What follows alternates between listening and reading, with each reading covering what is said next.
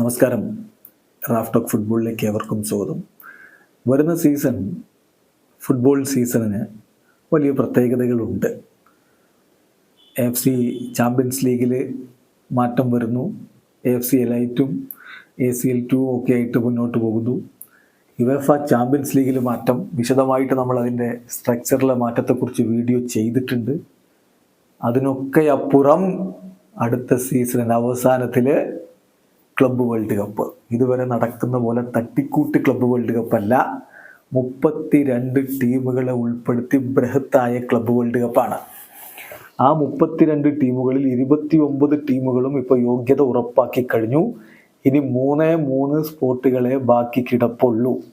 അത് ഏതൊക്കെ ടീമുകൾ ക്വാളിഫൈ ചെയ്തു, എന്നാണ് ക്ലബ്ബ് വേൾഡ് കപ്പ് നടക്കുക, ഏതൊക്കെ ടീമുകൾ എന്ന് മാത്രമല്ല അതിൻ്റെ സ്ട്രക്ചർ എന്താണ്, എവിടെയാണ്, ഇതൊക്കെ നമ്മൾ വിശദമായിട്ടൊന്ന് പരിശോധിക്കുകയാണ്.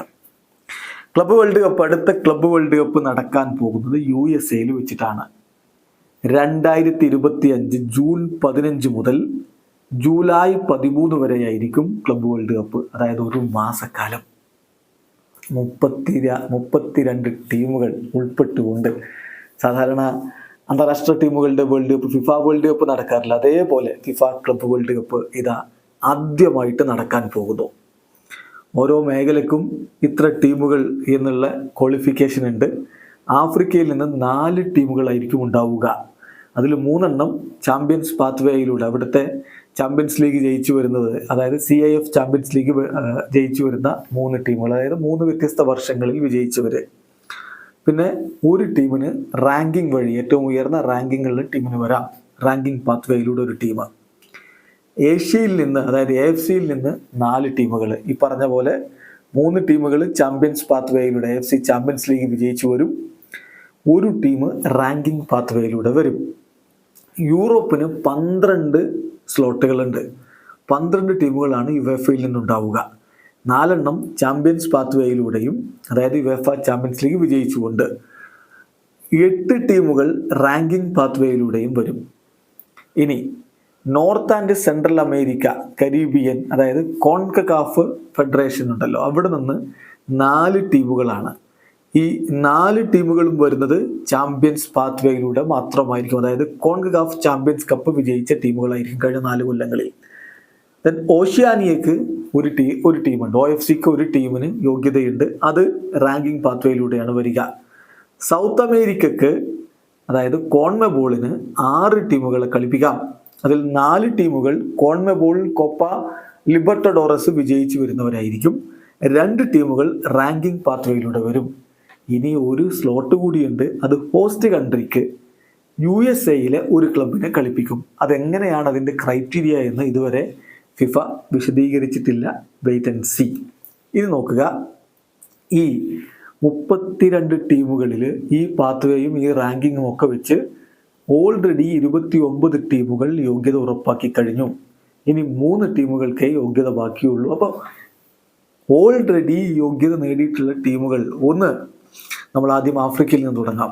ആൽഫബറ്റിക്കൽ ഓർഡറിലാണ്. ആഫ്രിക്കയിൽ നിന്ന് ഈജിപ്തിലെ അൽ അഹിലി ക്ലബ്ബ്, അവർ 2020, 2021, 22, 23, 24 ഈ സീസണിലൊക്കെ CIF ചാമ്പ്യൻസ് ലീഗ് നേടിയവരാണ്. അവർക്ക് ക്ലബ്ബ് വേൾഡ് കപ്പിന് യോഗ്യതയുണ്ട്.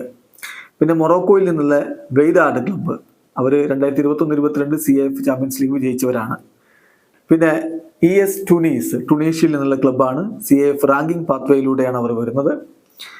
പിന്നെ മറ്റൊരു ക്ലബ്ബ് വരുന്നത് മാംലോഡി സൺഡൗൺസ് എന്ന് പറയുന്ന ക്ലബ്ബാണ്. അവർ വരുന്നത് Republic of South Africa. CIF ranking പാത്വേയിലൂടെയാണ് അവർ വന്നിരിക്കുന്നത്. ഇനി ഏഷ്യയിൽ നിന്നുള്ള ക്ലബ്ബുകൾ ഏതൊക്കെയാണ്? KSAയിൽ നിന്ന്, സൗദി അറേബ്യയിൽ നിന്ന് Al Hilal 2021 AFC champions league വിജയിച്ചുകൊണ്ടാണ് അവർ യോഗ്യത ഉറപ്പാക്കിയത്. 2022 AFC ചാമ്പ്യൻസ് ലീഗിലെ വിജയികളായ Japanese club Urawa Red diamonds.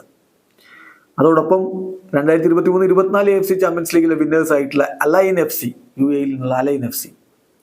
പിന്നെ AFC റാങ്കിങ് പാത്വേ വഴി കൊറിയൻ ക്ലബ്ബായിട്ടുള്ള ഉൾസാൻ HDFC. ഈ ടീമുകളാണ് ഇതിലേക്ക് യോഗ്യത നേടിയിട്ടുള്ളത്. ഇനി യൂറോപ്പിൽ നിന്ന് ആരൊക്കെ? English club Chelsea 2020-21 UEFA champions league വിജയികളായിക്കൊണ്ടാണ് അവർ ആ യോഗ്യത നേടിയത്. റയൽ മാഡ്രിഡ് 2021-22, 2023-24 യുവേഫ ചാമ്പ്യൻസ് ലീഗിൽ വിജയികളായി അവർ യോഗ്യത നേടിയിരിക്കുന്നു. മാഞ്ചസ്റ്റർ സിറ്റി 2022-23 യുവേഫ ചാമ്പ്യൻസ് ലീഗിലെ വിജയികൾ, ഇംഗ്ലീഷ് ക്ലബ്ബായിട്ടുള്ള മാഞ്ചസ്റ്റർ സിറ്റി. ഇനി ബാക്കി ടീമുകളൊക്കെ റാങ്കിങ് പാത്വേയിലൂടെയാണ്.